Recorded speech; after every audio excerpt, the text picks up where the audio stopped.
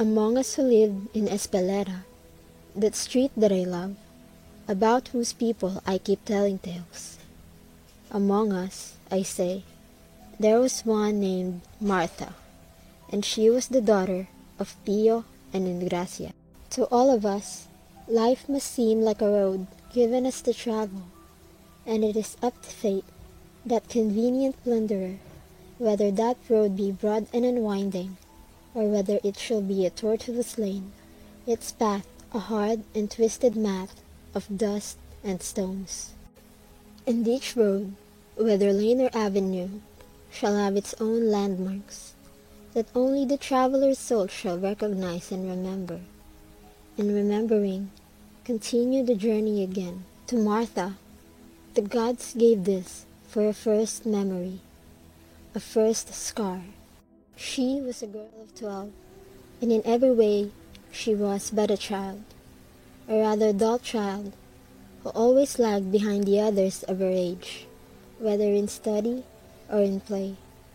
Life had been so far a question of staying more years in a grade than the others, of being told she would have to apply herself a little harder if she didn't want the infants catching up with her. But that was so the small thing. She had gotten a little bit used to being always behind, to always being the biggest girl in her class. Even in play, there was some part of her that never managed to take too great a part. She was so content if they always made her it in a game of tag. If only they would let her play. And when she had dolls, she was eager to lend them to other girls, if they would only include her in the fascinating games she could not play alone. Her hair hung in pigtails each side of her face, and already it irked a little to have her dresses too short. She could not help in her mother's kitchen, and could be trusted to keep her room clean. But she was not ready for the thing her mother told her one night when she was awakened from sleep. It was a sleep untroubled by dreams. Then all of a sudden, there was an uproar in the house, and she could hear her mother's frenzied sobbing, and it was not sobbing that held as much of sorrow as it did of anger. She lay still for a while, thinking perhaps she was dreaming, until she could hear her father's grunted answers to the half-understood things her mother was mouthing at him. Then there were sounds that was clearly the sound of two bodies struggling in terrible fury with each other. She stood up, and like a child, cried into the night. Mother?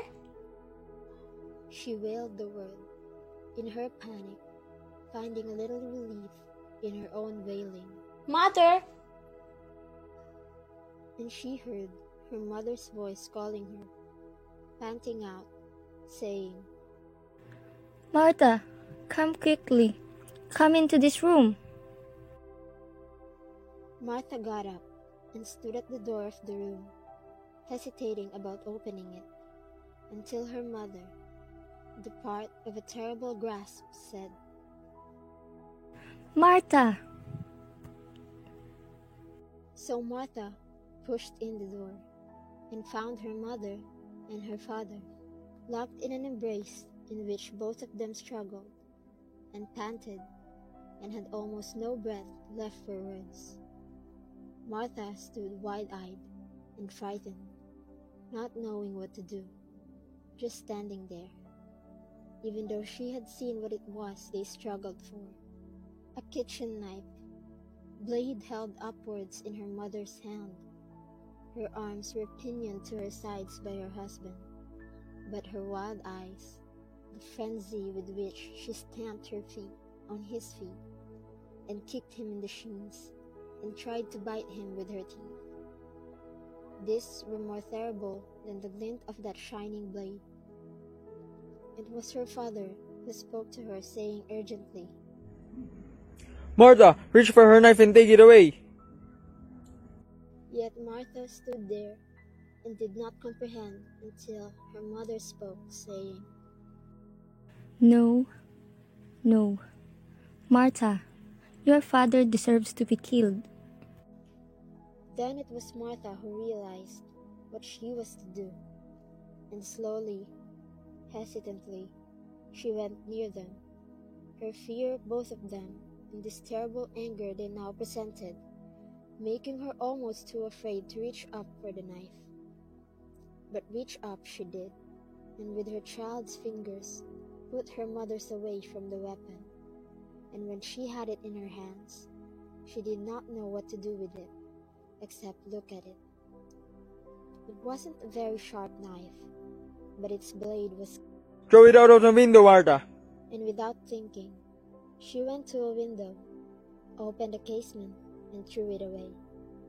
Then her father released her mother, and once her mother had gotten her arms free, she swung back her hand and wordlessly slapped him.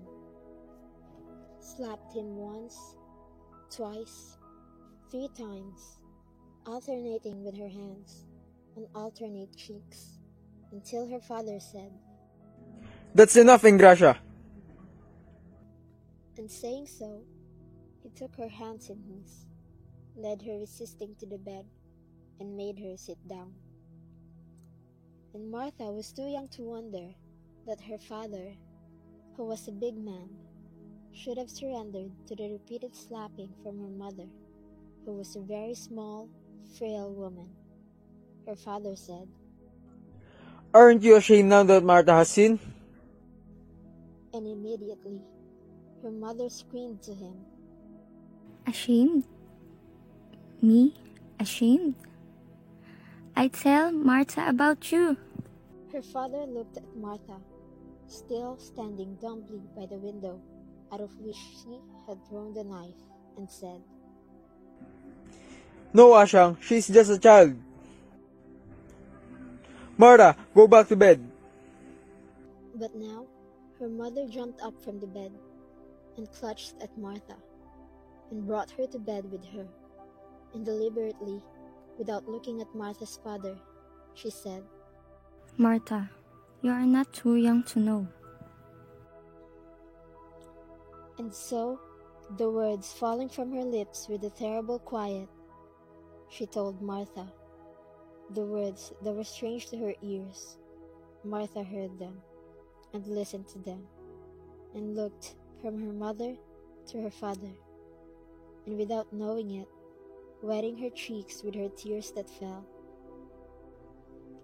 And then her mother stopped talking, and looking at her husband, she spat on him, and Martha saw the saliva splatter on the front of the dark shirt he wore.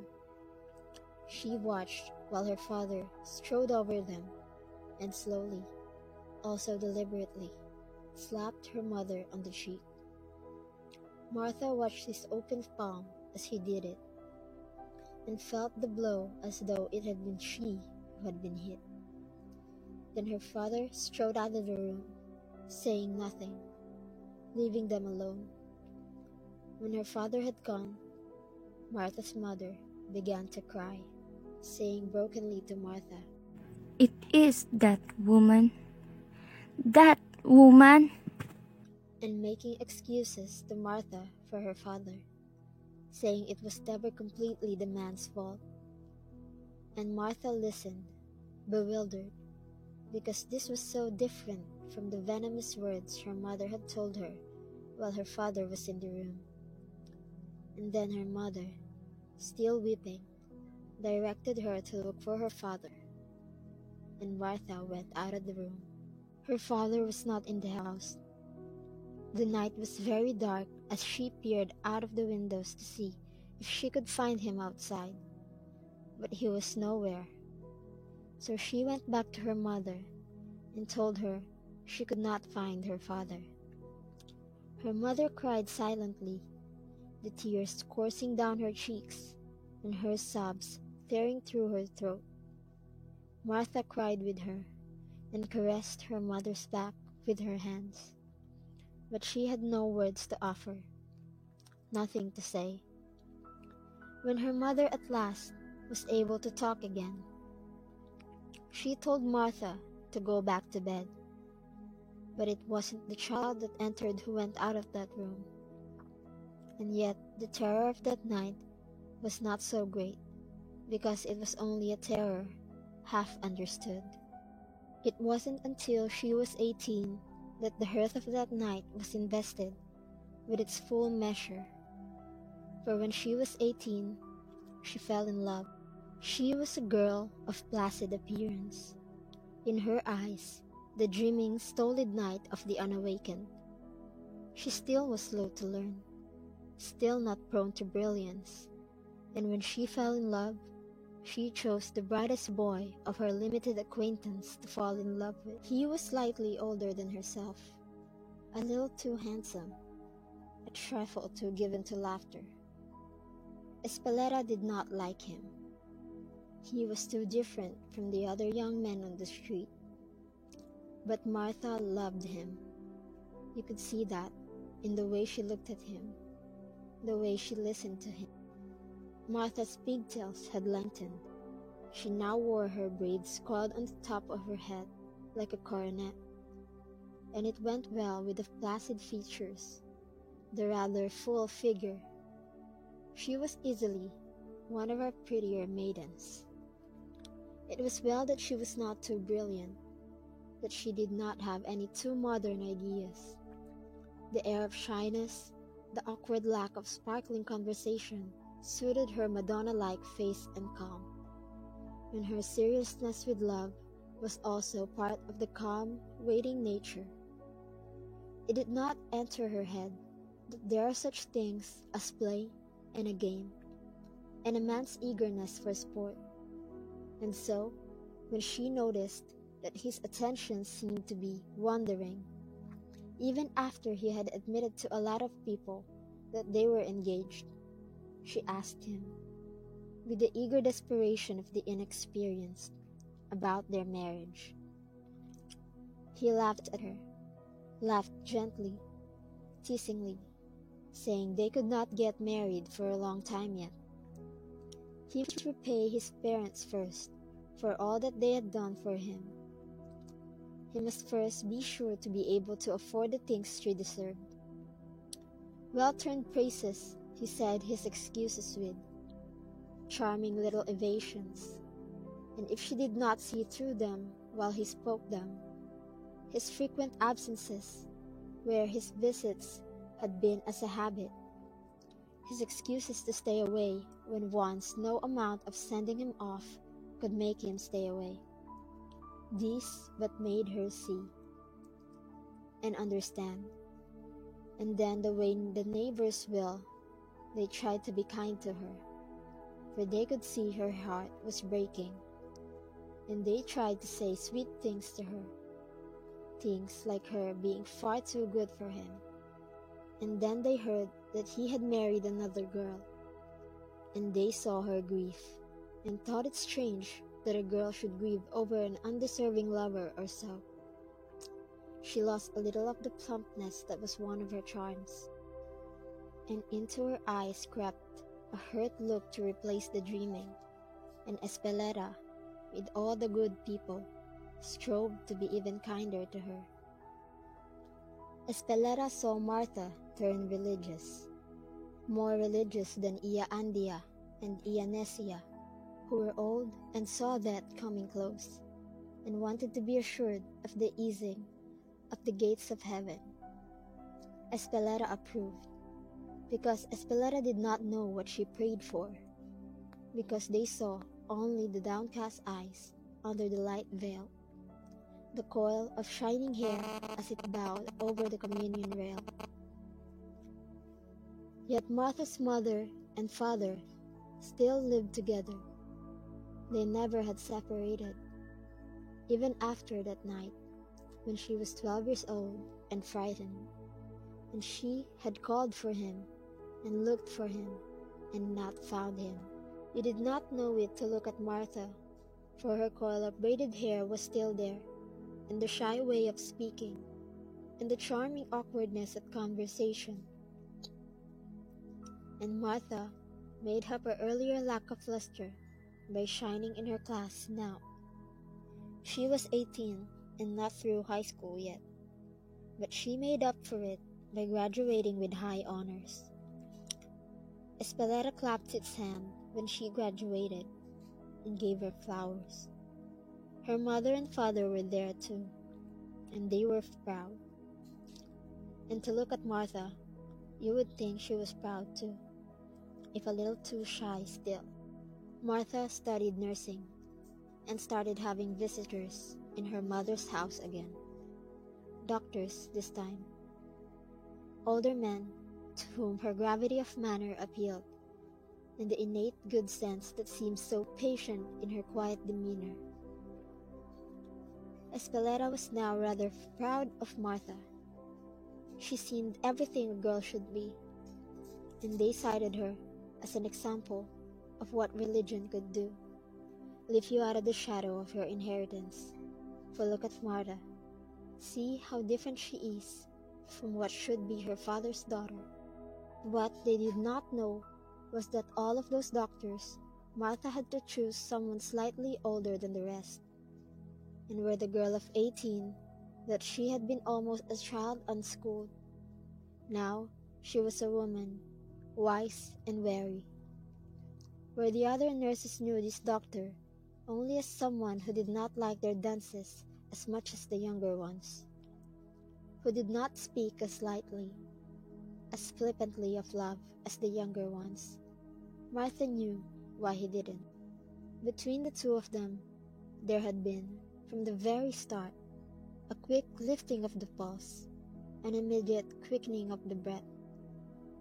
From the very start, and where he could have concealed the secrets of life, he chose, the very first time they were able to talk to each other, to tell her that he was not free.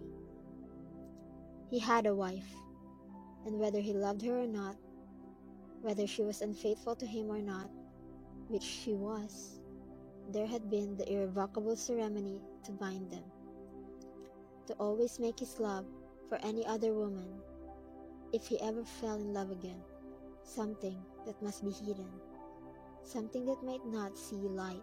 She was a woman now. Martha was wise and wary, but there is no wisdom, no wariness against love, not the kind of deep love that she bore him.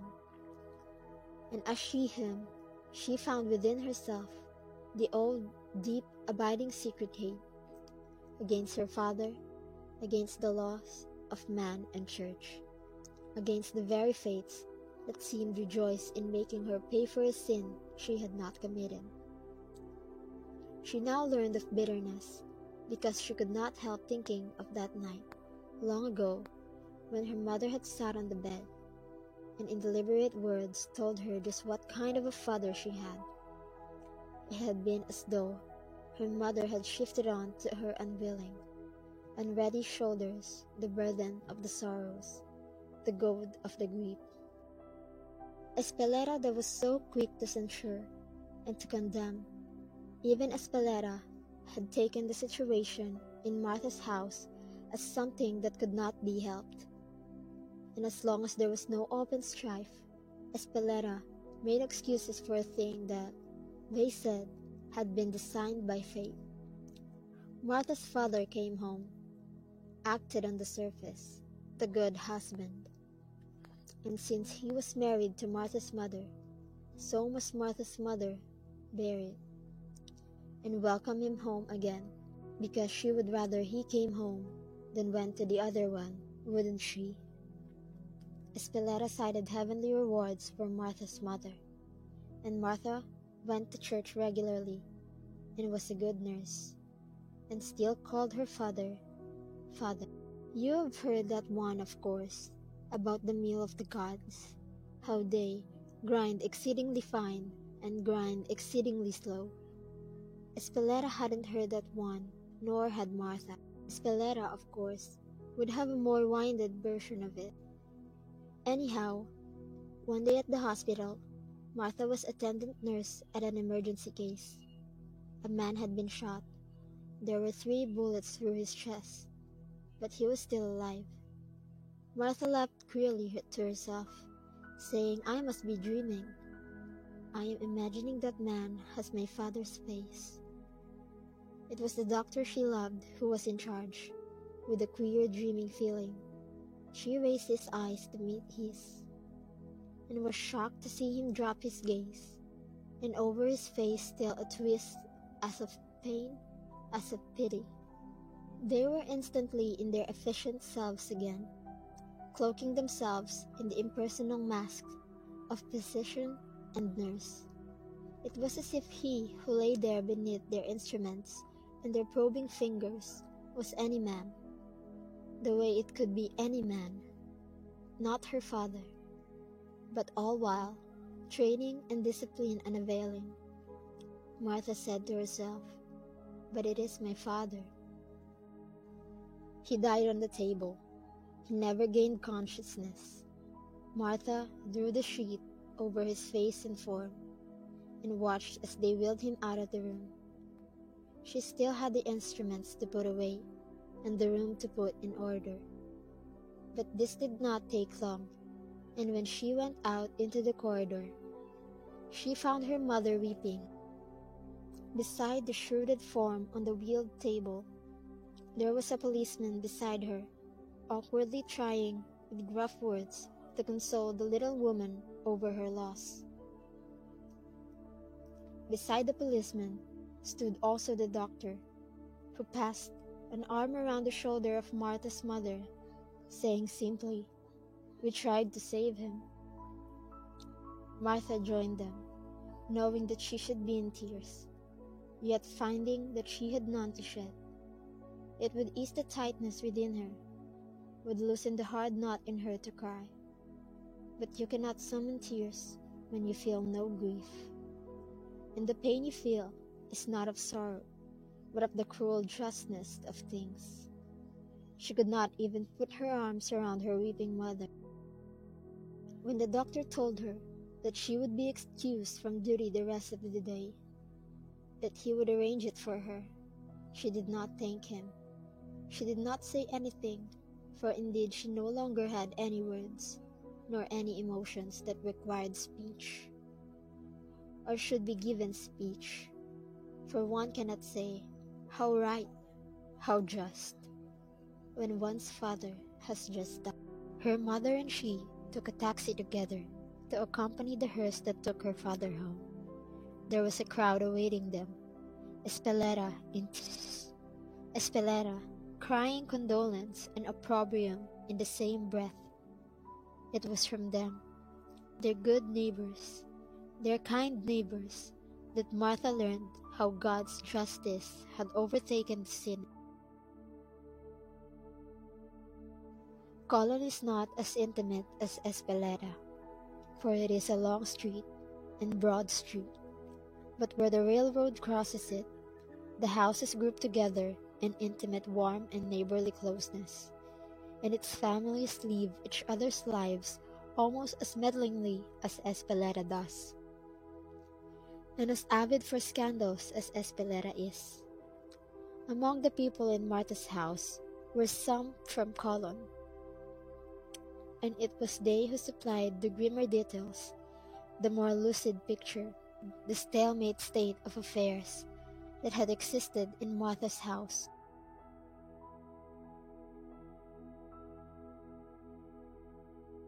Only where in Martha's house it had been a wife who was patient, and in that other woman's house it had been the husband who had bided his time, and yet the neighbors had thought he had not cared, for indeed he had seemed like a man, blind and deaf, and if he raised his voice against his wife, it was not so they could hear it.